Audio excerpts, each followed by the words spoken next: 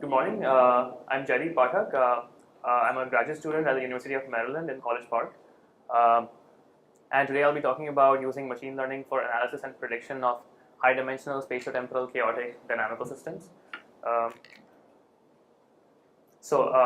The main question that we'll be addressing today is, given some data from a dynamical system, what can we say about the dynamical process that generated this data? So the assumption is that we have some time series data that we have measured from a dynamical system, and we are unaware of the equations of the dynamical system. So we'll be asking, given only the measured time series data, can we say something about the dynamical processes without actually having any knowledge of the equations of the dynamical system itself? So here's a brief outline of my talk. I'll be talking about these three separate but related topics. The first one is prediction. So here we are going to ask, given the limited time series of past measurements, can we predict the future state of the dynamical system, at least in the short term? So this is about short-term prediction of chaotic dynamical systems. In the second part, I'll be talking about reconstruction of the attractor. So here we are asking this question, can we understand something about the long-term dynamics of the system and try to understand something about the ergodic properties of a high-dimensional dynamical system. And then finally, I'll talk about scalability. So can we scale this setup for very high-dimensional or arbitrarily high-dimensional chaotic attractors? Firstly, let me introduce some terminology and some of the concepts that I'll be talking about through the talk. So essentially, what is chaos? So operationally, we'll say that a dynamical system is chaotic if in a bounded phase space you have two trajectories diverging exponentially. So what that means is that if you have two trajectories which start out with some initial small separation, then they are going to eventually diverge exponentially with some exponent lambda, and I'll talk about this exponent a bit more in a short time. So in a typical chaotic system, if you perturb a trajectory, a chaotic trajectory slightly, then the perturbations of the trajectory may be stable in some directions and unstable in some other directions. So here's a cartoon trajectory that I have drawn over here, and if you look at this set of perturbations in the form of this circle, then the circle is getting squashed to this ellipse as the trajectory progresses. So you have this set of perturbations which is in this direction they are diverging away from the trajectory, and in this other direction they are converging towards the trajectory. So you have a stable direction and an unstable direction in this picture. Typically, when you have a high-dimensional chaotic trajectory, you'll have multiple stable and multiple unstable directions. This leads to this concept of a spectrum of Lyapunov exponents. So what are Lyapunov exponents? The exponential rates of growth or contraction of perturbations in different directions will be characterized by the corresponding Lyapunov exponents.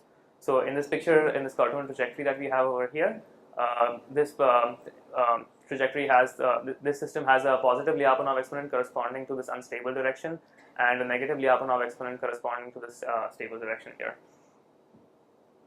So the Lyapunov exponents of a dynamical system give us some useful information, such as we can tell if the system is chaotic. So if we have at least one positive Lyapunov exponent, then you're going to have diverging trajectories and you'll have a chaotic system. If you have multiple positive Lyapunov exponents, that leads to complicated dynamics, and if you have the full spectrum of Lyapunov exponents, if you know what the full spectrum of Lyapunov exponent is, then you can tell what the effective dimension of the chaotic attractor of the system is via something called the Kaplan-York conjecture, and that's tells you something about the complexity of the system. So how high dimensional is the chaotic attractor? That's something we can know if we have the full spectrum of Lyapunov exponents. And finally, we can also know what the prediction horizon is. So since it is a chaotic trajectory, it's a chaotic system, we know that we can never expect to predict arbitrarily far into the future. You're always going to have a finite limited prediction horizon. And if you know the largest Lyapunov exponent, then you can have an idea of how far into the future can you reasonably expect to predict this chaotic system. So that's something you can tell that's related to the largest Lyapunov exponent. And let me just point out that in general, in the past, it has proven difficult and sometimes not possible to estimate the spectrum of Lyapunov exponents purely from time series data. So if you have the equations of the dynamical system, if you have knowledge of the equations, then it's fairly straightforward to calculate this Lyapunov spectrum. But if you only have measured time series data, then especially for high dimensional dynamical systems, it's hard to estimate these exponents. So with that, let's begin with the first part of the talk, short-term prediction. The machine learning technique that I'll be using is called reservoir computing. Essentially, it's a cheap and easy way to train recurrent neural networks. It was independently introduced around 2001 by Jaeger and Maas. So the main component of this system is a very high-dimensional dynamical system called the reservoir. So this is an artificially constructed dynamical system, not to be confused with the measured dynamical system. We can think of the reservoir as providing this rich repository of dynamics to draw upon.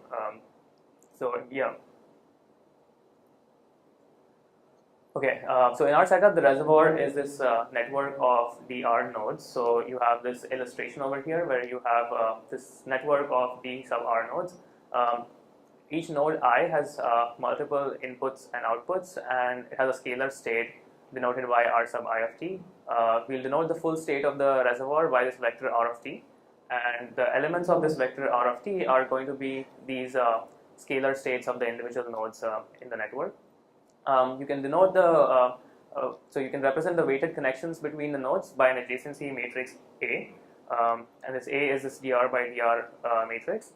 Now, some important points to note about this adjacency matrix are that it is sparse, it is randomly generated and fixed.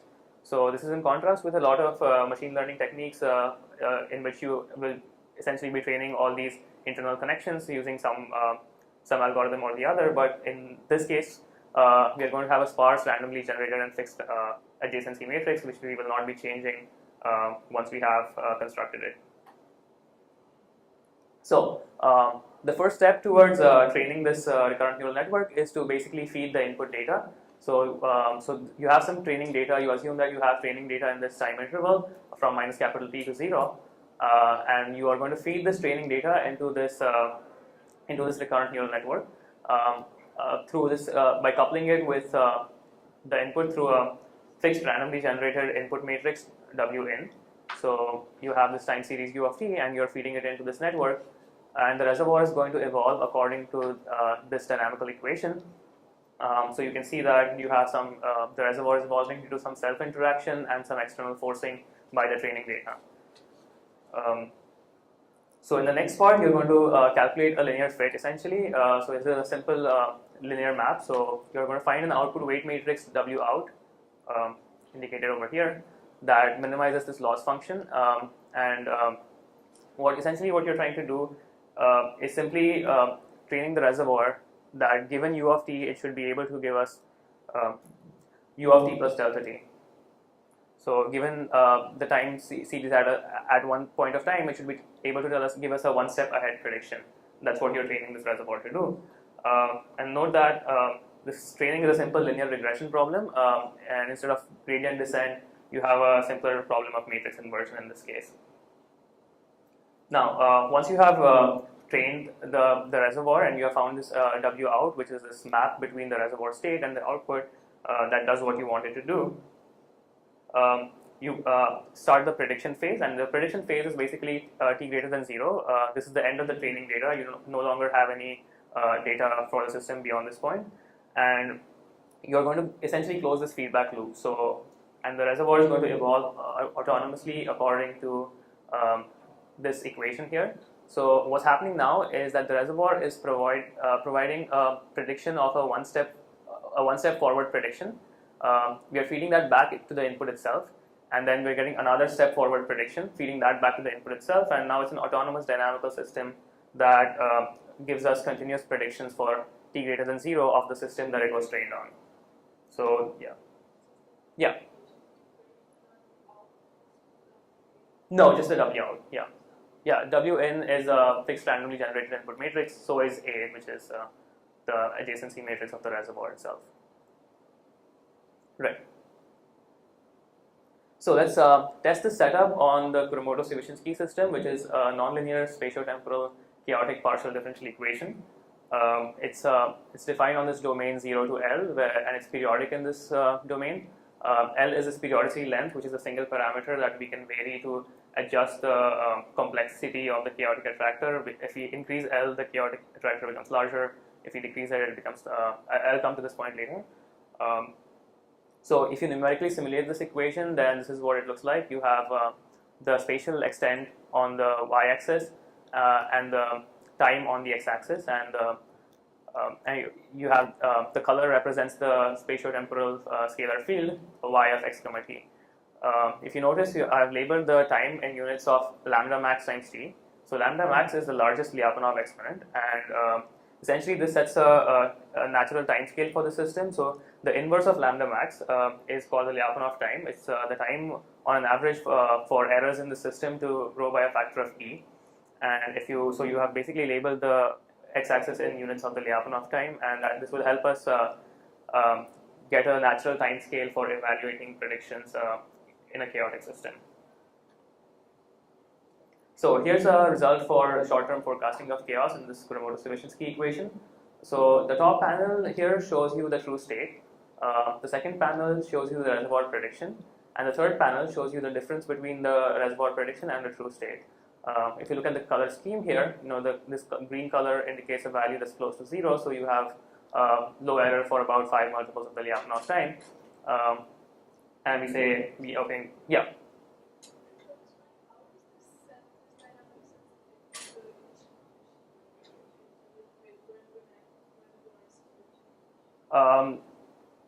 I'll come to that point in a bit. So yeah, the dynamics is definitely sensitive to the initial condition, and I'll come to this point later. So yeah, we obtain good quality prediction. The reservoir is really good at learning dynamics from data alone, and it is capable of making high quality short-term predictions when the system dynamics is unknown, and that's all very good. But there's another thing that you might want to notice about this picture, and you might already have noticed it, is that the dynamics looks very chaos-like even when the prediction has diverged from the true state. So what that means is that if I gave you these two plots and didn't give you the labels, you'd be hard-pressed to tell me which one came from a numerical simulation of the Kuromoto-Sierpinski system and which one came from the reservoir neural network. So can we quantify that a bit further? So, has the reservoir truly learned the dynamical behavior of the Kuromoto-Sierpinski system? And if it has, then the ergodic properties of the autonomous dynamical system should resemble those of the true system. So we ask, is there a way to verify this?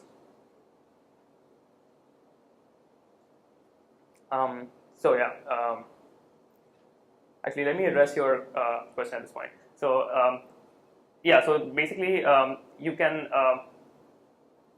So what you can do essentially is, I have not shown this plot in this picture yet, but what you can do is that you can give the same initial condition that the reservoir had at this point and feed it to the true system, the true simulation essentially. And we have done that in our paper. I didn't present it here for lack of time, but we find that the dynamics is learned really well, and we get similar prediction from both the true system as well as from the machine learning prediction. So you see that the divergence is mostly due to the flawed initial condition essentially. Right, yeah.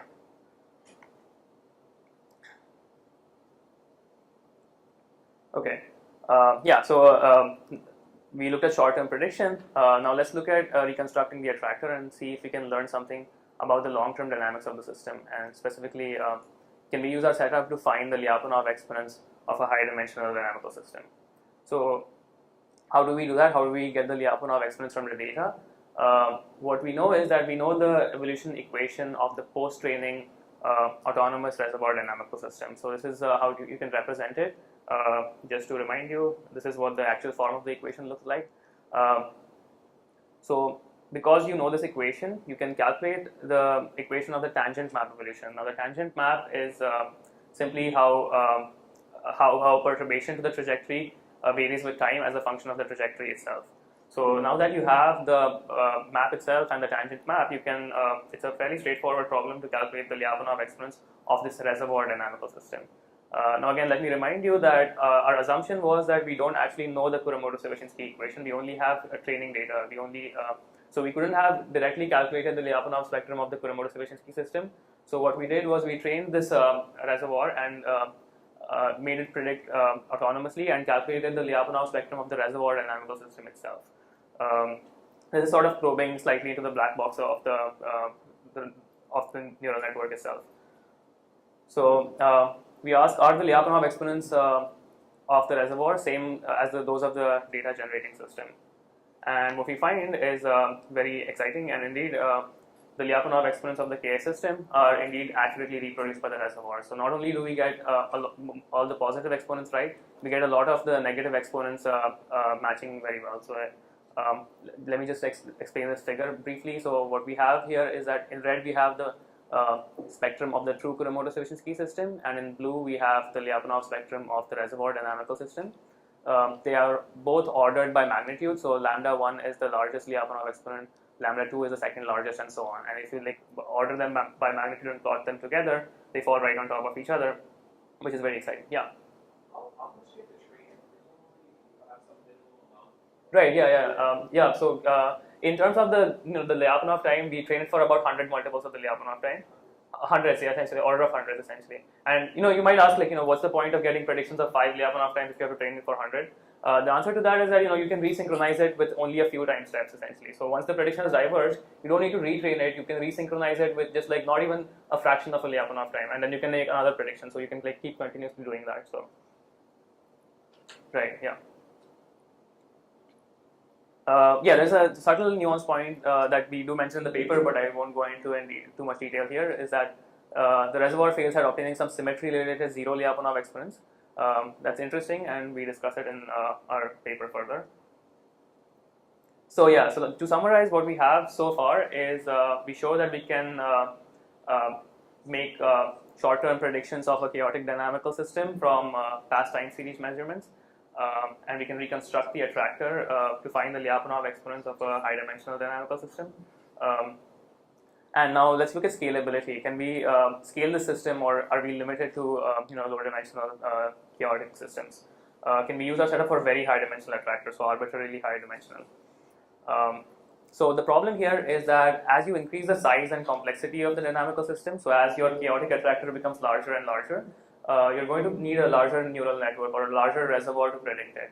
And so this is obviously problematic, because if you keep increasing the number of nodes, the training problem becomes intractable. So if you have you can't make your neural network arbitrarily large and still expect to train it in a reasonable amount of time. So yeah.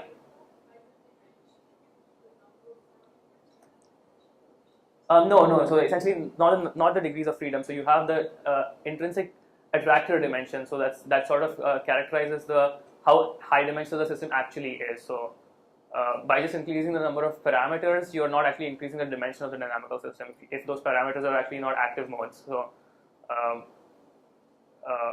is that? So it's essentially a chaotic attractor in a high dimensional space. So it's an exploring part of the subset of the it's exploring part of the phase space, essentially. And that actually depends on how many positive Lyapunov exponents you have, is how many active modes are present in the system. So that's related to the Kaplan-Meier dimension, essentially. So right. So if you increase the size or complexity of the dynamical system, you're not going to need a bigger reservoir, and if you keep increasing the number of nodes, this training problem becomes intractable. So how do we deal with this? We're going to use some knowledge of the physics of spatiotemporal systems. We know, yeah.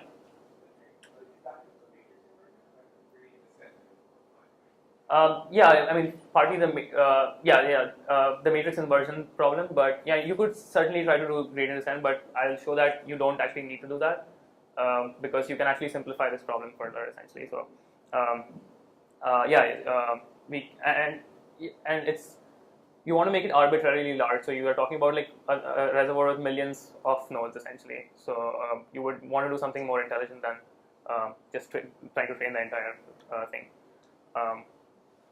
So we know that a system has short-range spatial correlations. And we can use this knowledge to train and predict the spatiotemporal chaos problem by a very effective parallel method. So you can parallelize it very effectively. So what you do essentially is you use multiple reservoirs and use parallel computing on a cluster. So what you do is sort of illustrated over here.